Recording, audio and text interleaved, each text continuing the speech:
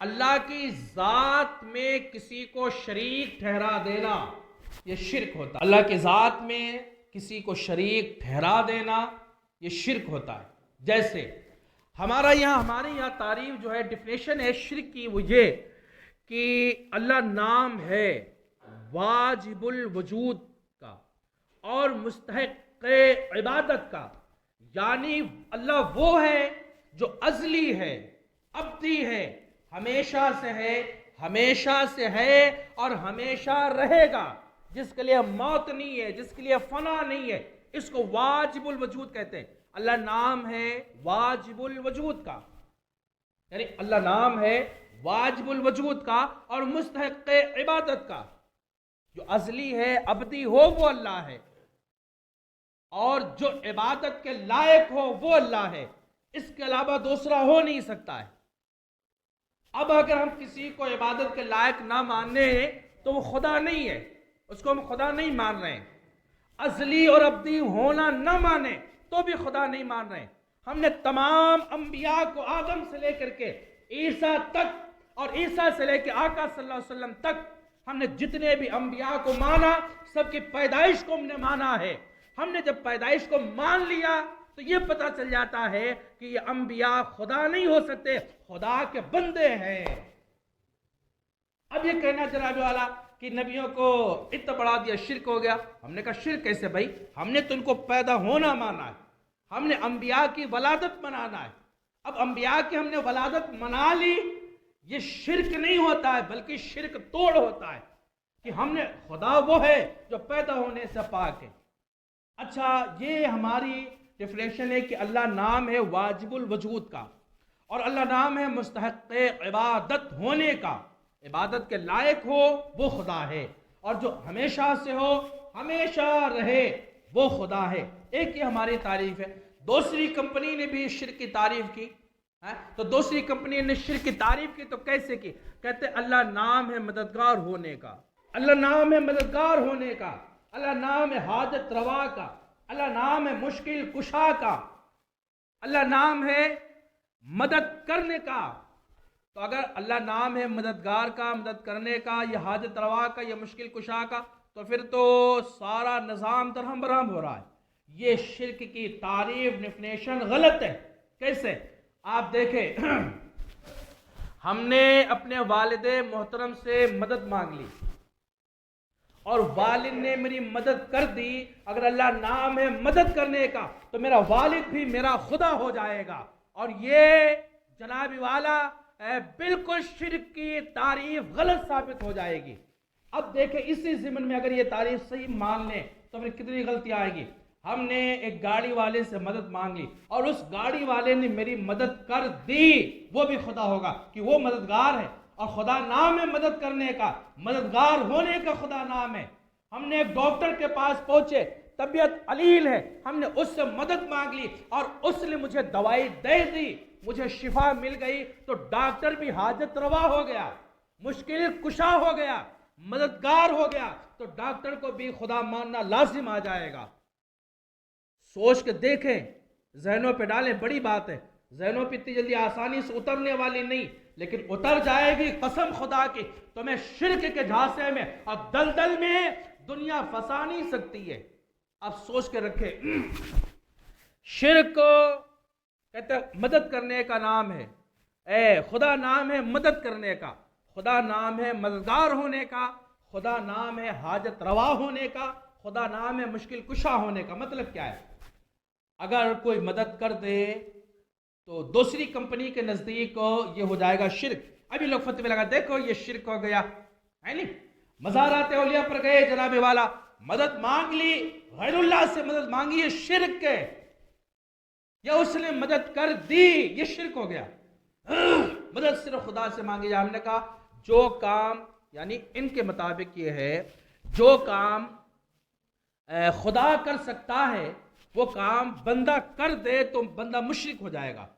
جو کام خدا کرتا ہے وہ کام کسی بندے سے مان لیا جائے، کسی نبی سے مان لیا جائے تو پھر شرک ہو جاتا ہے۔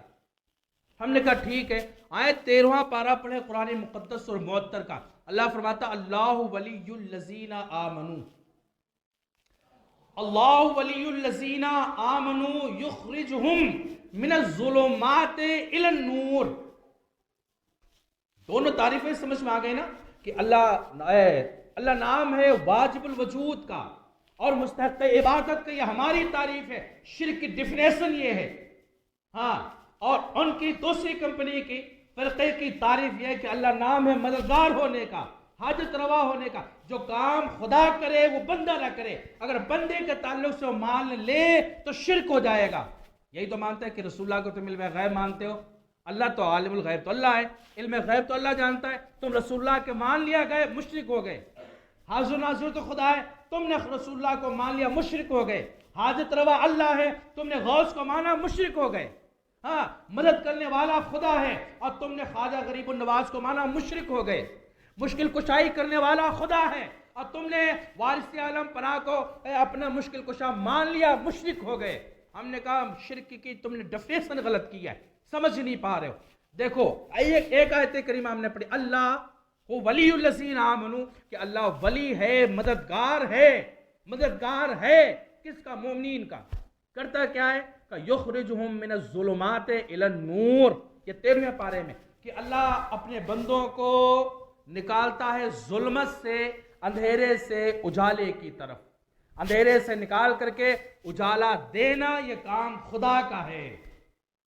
یہ کام خدا کا ہے. اندھیرا کیا ہے؟ کفر ہے. ایمان، اندھیرا کفر ہے اور نور ایمان ہے. یعنی کفر سے نکالنا اور ایمان کی دولت دینا یہ کام خدا کا ہے. اندھیرا ظلمت کیا ہے؟ جہنم ہے. اور ایمان کیا؟ جنت ہے. یعنی جہنم سے نکال کر کے جنت کے اندر داخل کرنا یہ کام خدا کا ہے. اور یہی بات اگر کسی غیر کے لیے مان لی جائے تو اس کمپنی کے نزدیک بندہ مشرک ہو جاتا ہے. چوتھا پارہ قرآن مقدس میں ہم نے کہا بس تم یہی مانتے ہو تو پھر جواب لے کر کے آئے. چوتھا پارہ ہے قرآن مقدس اور معطر کا. اللہ پاک جل وعلا نے فرمایا الف لام را کتاب انزلناہ الیک. الف لام را کتاب انزلناہ الیک لتخرج الناس من الظلمات الی النور. ایک 13واں پارے کی آیت ہم نے پڑھی ہے اور دوسری ہم نے چوتھے پارے کی آیت کریمہ پڑھی ہے. اس میں بھی کیا ہے؟ اے محبوب ہم نے یہ قرآن تم پر کتاب نازل ہی اس لیے کیا ہے. کس لیے نازل فرمایا؟ لتخرج الناس، تاکہ ایک دو کو نہیں، کروڑوں، سینکڑوں اور اربوں کھربوں آدمیوں کو، انسانوں کو لتخرجا آپ نکالیں. وہاں تھا یخرجا، وہاں پر اللہ نے کہا تھا یخرجا من الظلمات الی النور. ہم نکال رہے ہیں ظلمت سے، اندھیرے سے اجالے کی طرف. ہم نکالتے ہیں تاریکی سے اور اجالا دیتے ہیں، نور دیتے ہیں. یہاں پر تخرج الناس، محبوب آپ نکالیں لوگوں کو. کہاں سے نکالیں؟ من الظلمات الی النور. تاریکی سے نکالیں اور نور دیں. کفر سے نکالیں اور ایمان دیں. ہم نے کہا جو بات خدا کے لیے ہے، یعنی جو خدا کرتا ہے وہی تو مدینے والا مصطفیٰ بھی کر رہا ہے. اب دیکھیں غور سے، جو بات اللہ اپنے لیے فرماتا ہے وہی. ہم نے حدیث نہیں پڑھی ہے، قرآن ہی پڑھ رہا ہوں. ہاں، حدیث جو اللہ اپنے لیے فرماتا ہے کہ میں بھی ظلمت سے نکالتا ہوں، نور دیتا ہوں، وہی بات سیم، وہی الفاظ کہتے ہیں اللہ اپنے محبوب کے تعلق سے فرماتا ہے کہ میرا محبوب بھی یہی کام کرتا ہے، ظلمت سے نکالتا ہے اور نور دیتا ہے. میں نے کہا تمہاری تعریف یہ ہے کہ جو خدا کر لے، جو خدا کر سکتا ہے وہ کسی بندے کے لیے مان لینا یہ شرک ہو جاتا ہے، ماننے والا مشرک ہو جاتا ہے. میں نے کہا یہ بتاؤ کہ اللہ پاک جل وعلا نے اپنے تعلق سے بھی فرمایا میں بھی ظلمت سے نکال کے نور دیتا ہوں، اور نبی کے تعلق سے فرمایا نبی بھی ظلمت سے نکال کر کے نور دیتے ہیں. اب پوچھنا یہ ہے کہ بتاؤ یہ اللہ جو تبلیغ کر رہا ہے، اللہ جو درس ہمیں دے رہا ہے، کیا یہ شرک اور بدعت کا درس دے رہا ہے؟ اب مولوی صاحب یہ آپ کے عقیدے کی حمایت قرآن نہیں کرتا ہے، قرآن حمایت کرتا ہے سنیوں کے عقیدے کی. الحمدللہ یہ تو 2 آیتیں نہیں پڑھ سکتے. اگر یہ پڑھیں گے آیت پہلی والی 13ویں پارے کی تو چوتھے کی کیسے پڑھیں گے؟ ایک نہیں سینکڑوں آیات ایسی ہیں جن میں اللہ نے اپنے محبوبین کو اپنی طاقت دی ہے دینے کی یا عطا کرنے کی. ہاں اب یہ ہے کہ اللہ تعالیٰ جل مجدہ الکریم بھی ظلمت سے نکالتا ہے اور نور دیتا ہے. یہ خود اپنی مرضی سے کرتا ہے. اپنی طاقت سے کرتا ہے، اور رسول جو ظلمت سے نکال کر کے نور دیتے ہیں یہ خدا کی دی ہوئی توفیق سے دیتے ہیں۔ مسئلہ حل ہو جاتا ہے جناب والا کہ اللہ پاک جل والا نے محبوب کو جو طاقتیں دی ہیں تو محبوب مدد کر کے بھی بندے رہے، خدا نہیں بن سکتے، اور خدا خدا ہو کر کے خدا رہے گا، بندہ نہیں بن سکتا ہے۔ اب مماثلت کیسے، شرک کب ہوگا؟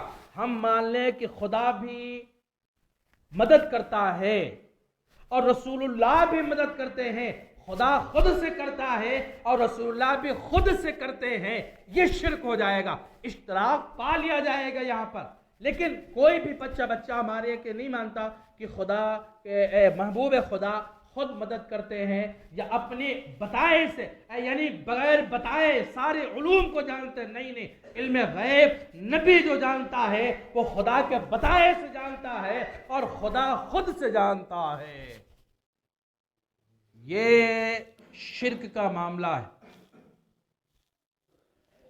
ایک نہیں، 26ویں پارے میں آیت کریمہ ہے، تو پھر 9ویں پارے میں بھی آیت کریمہ ہے، 18ویں میں ہے، ایک نہیں سینکڑوں۔ اللہ فرماتا ہے وَلَكِنَّ اللَّهَ يُزَكِّي مَن يَشَاءُ، اللہ ستھرائی دیتا ہے، پاک کرتا ہے جس کو چاہتا ہے۔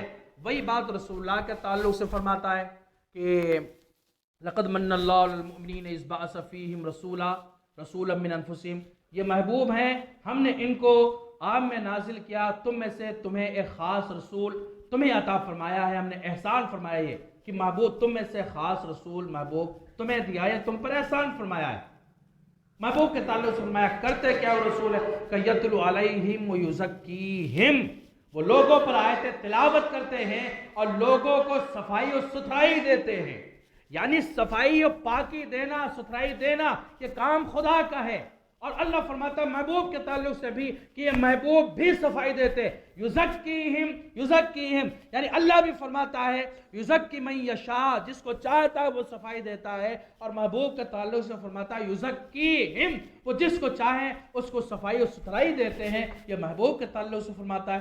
تو صفائی کرنا، صفائی سے مراد کیا ہے؟ یعنی دلوں کا جو زنک ہے، کفر ہے، اس کو نکال کر کے ایمان دینا، یہ کام ہے خدا کا، اور ایمان دینا، کفر نکالنا، یہ مدد کرنا ہوتا ہے، یہ مشکل کشائی ہے، یہ حاجت روائی ہے، یہ کام خدا بھی کرتا ہے اور رسول اللہ بھی کرتے ہیں۔ اب دوسری کمپنی کہتی ہے شرک ہو گیا جناب والا کہ جو کام خدا کرتا ہے وہ تم بندوں کے تعلق سے مان لیتے ہو، یہ تو مشرک ہو گئے۔ میں نے کہا نہ مشرک نہیں ہوئی ہے، ہم یہ مانتے ہیں کہ خدا خود سے کرتا ہے اور رسول اللہ خدا کی عطا سے کرتے ہیں۔ شرک آپ سمجھے، کوئی بندہ ہے آپ کے سامنے آ کے شرک، یہ مزاروں پہ چومنا یہ شرک ہے، مزاروں پہ جانا یہ شرک ہے، علم غیب ماننا یہ شرک ہے، فاتحہ کرنا شرک ہے، نہیں یہ بکواسیں کیوں کی جاتی ہے جناب والا؟ بالکل آپ اس کا جبڑا پکڑے اور کہیں جناب والا آپ بتائیں شرک کی ڈیفینیشن کیا ہے، شرک کہتے کس کو ہے؟ کہ اللہ کے ذات بھی کسی کو شریک کر دینا، تو مشکل کشا رب بھی ہے اور مشکل کشا مولا مرتضیٰ مولا علی بھی تو ہے، مشکل کشا اللہ بھی ہے تو مشکلیں رسول اللہ بھی تو حل کرتے ہیں۔ لیکن ہاں یہ ہے میاں کہ مشکلیں یا حاجت روائی یا مدد کرنا یہ سارے کام اللہ خود سے کرتا ہے اور اللہ کے بندے اللہ کی دی ہوئی طاقت اور اس کی توفیق سے کرتے ہیں۔ اگر ان کی تعریف مان لی جائے گی یہ مدد کرنا تو سارے پھر تو مددگار ہیں، اور سارے مددگار ایک دوسرے کی مدد کرتے ہیں تو سب کو خدا ماننا لازم آئے گا۔ ہم نے بتایا نا تھا جمعے کو پچھلے کہ بدر کے میدان میں اللہ نے فرشتوں کو نازل کیا، مدد کرنا کام ہے اللہ کا، ثابت قدم رکھنا کام ہے اللہ کا، یثبت اقدامکم، اللہ فرماتا ہم تمہیں ثابت قدم رکھتے ہیں۔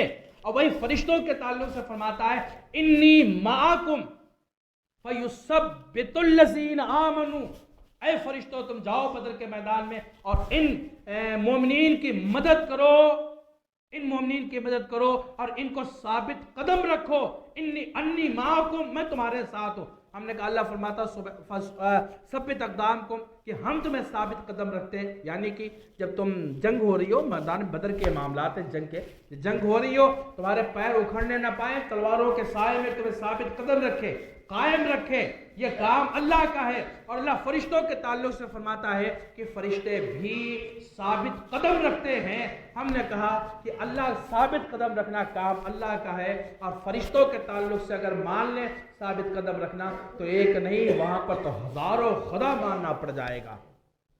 ہاں تو شرک معاملہ شرک نہیں ہوگا، اس لیے کہ ہم نے ان فرشتوں کو واجب الوجود اور مستحق عبادت نہیں مانا ہے، ہم نے مانا یہ کہ خدا ثابت قدم رکھتا ہے اپنے ذات سے خود بخود، اور فرشتے جو ثابت قدم رکھتے ہیں یہ اللہ کی دی ہوئی طاقت سے رکھتے ہیں۔ یہ شرک نہیں ہے، شرک کے فتوے گلی گلی اور تھوک میں مت لگایا جائے، کوئی مطلب اس کا نہیں نکلتا، یہ ڈیفینیشن ہے، یہ تعریفیں ہیں شرک کی۔ آج ہمارے یہاں ٹرینڈ چل گیا جناب شرک بدعت، شرک بدعت، شرک بدعت، ایسا شرک بدعت نکلا کہ ہر بندہ مشرک ہو رہا ہے۔ آقا فرماتے بخاری ہے، بخاری کے حدیث میں مصطفیٰ فرماتے ہیں کہ ساری امتیں ایک میں ملیں گی اور میری امت تنہا اکیلی کھڑی ہوگی، پھر بھی ساری امتیں کمزور ہوں گی اور میری امت تعداد میں ان سب سے بڑھ کر کے ہوگی۔ یہ بخاری کی حدیث ہے، اور یہاں مولوی صاحب 3 دن جماعت کا چلہ لگا کر کے آگے جناب والا پوری دنیا کے سنیوں کو یہ کافر و مشرک بنانے پہ تلا ہوا ہے۔ میں نے کہا حدیث رسول اللہ تو نے نہیں پڑھی ہے، یہ چند ممالک کے پوری دنیا میں کوئی ملک ایسا نہیں، کوئی جگہ ایسے نہیں ہے جہاں پر رسول اللہ کے نام لیوا موجود نہ ہو۔ چند ممالک چھوڑ دے اس میں وہابیت پائی جاتی ہے دیوبندی، ورنہ کہیں بھی نہیں ہے۔ آج سعودیہ کا حوالہ دیا جاتا ہے، عبد الوہاب نجدی ابن تیمیہ کا حوالہ دیا جاتا ہے، محمد بن عبد الوہاب نجدی اور ابن تیمیہ، یہ شرک کے موجد کا نام عبد الوہاب ہے، محمد بن عبد الوہاب ہے، اور شرک کے موجد کا نام ہے ابن تیمیہ ہے، جس نے غلط شرک کی ڈیفینیشن دی ہے۔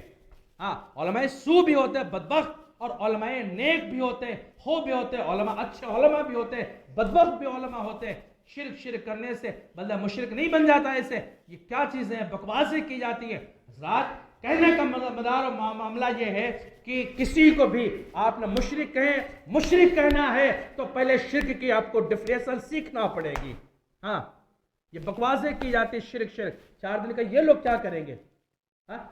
ممبروں پر کھڑے ہو کر کے یہ خطاب کر رہے تھے، سمجھا رہے ہوتے کہ بھائی اللہ اللہ کرو، اللہ کرو، نمازیں پڑھو، نمازیں پڑھو۔ خدا سے دشمنی، رسول سے اس کے دشمنی، اور نمازیں کوئی مطلب کی نمازیں نہیں ہے۔ نماز وہ قبول ہوگی جو رسول اللہ کی محبت کے سائے میں پڑھی جائے گی۔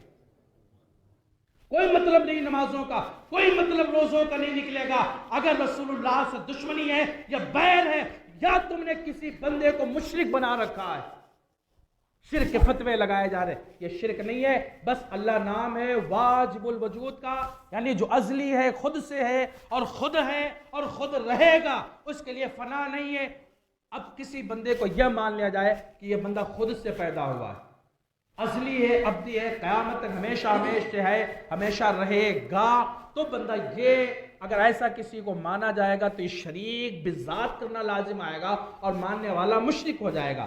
یا کسی بندے کو مستحق عبادت مان لیا جائے کہ یہ عبادت کے لائق ہے، عبادت کرنے لگ جاؤ اس کی، تو بندہ مشرک ہو جائے۔ لیکن جو چومتا ہے مزاروں کو وہ عبادت نہیں کرتا ہے۔ ہاں کچھ لوگ ہمارے جھولا ٹائم ایسے ہیں کہ مزاروں پہ پہنچ کے سجدے نما گر جاتے، جھک جاتے، یہ نہیں کرنا چاہیے۔ سجدہ تعظیمی بھی حرام ہے، اور سجدہ تعبدی عبادت کے نیت سے ہو تو یہ کفر ہوتا ہے، یعنی جھکنا۔ یہ سر اللہ نے بڑا بلند کیا ہے، اس کو جھکانا کہیں بھی سجدے کی حیثیت سے کسی کو سجدہ کرنا جائز نہیں ہے۔ جب جانور آیا، ایک اونٹ بھاگتا ہوا، ایک اونٹ آیا، بات سنیں، ایک اونٹ آیا بھاگا جنگل سے، ایسے بھاگ کے آیا، آقا صلی اللہ علیہ وسلم بیٹھے تھے، اسے قدموں پہ گر گیا۔ اونٹ جب آقا کے قدموں پہ گرا تو سجدہ کیا۔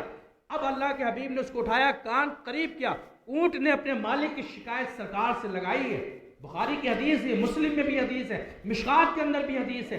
کان لگایا مصطفیٰ سے اس اونٹ نے شکایت لگائی اپنے مالک کی۔ آقا نے اس کے مالک کو بلایا، بلا کر اس کو ڈانٹا کہ تو اس سے کام زیادہ لیتا ہے، ظلم کرتا ہے، اس کو چارہ کھانا پانی نہیں دیتا ہے، مت کر، یہ غلط کرتا ہے تو۔ تو یہ بات جب اس نے مالک کو ڈانٹا آقا نے، مالک لے کر کے اونٹ چلا گیا، صحابہ نے کہا یا رسول اللہ اونٹ آیا آپ کے قدم ناز پہ گرا ہے، آپ کو سجدہ کیا ہے، تو ہم تو زیادہ اونٹ سے زیادہ ماننے والے ہیں، تو ہمارا زیادہ حق بنتا ہے سرکار ہم آپ کو سجدہ کیا کریں۔ اللہ کا حبیب فرماتے ہیں نا نا نا نا، یہ تعظیمی سجدہ حرام ہے اور تعبدی سجدہ یہ کفر ہے۔ اگر سجدہ غیر اللہ کو اللہ کے علاوہ جائز ہوتا تو میں حکم دیتا عورتوں کو کہ وہ اپنے شوہروں کو سجدہ کیا کریں۔ تو اپنے عوام اہل سنت سے بھی یہ گزارش کرتے ہیں کہ مزاروں پر جا کر کے سجدہ بازی والا کام نہ کریں، سنیت بدنام بھی ہوتی ہے اس سے، وہابیوں کو، دیوبندیوں کو، رافضیوں کو کہنے کا اس سے موقع بھی ملتا ہے۔ اور یہ ہم نے جو بتایا آپ کو چھوٹی سی گفتگو کی ہے لیکن ہے بڑی جامع گفتگو، آپ اس کو ذہنوں میں محفوظ رکھیں۔ اللہ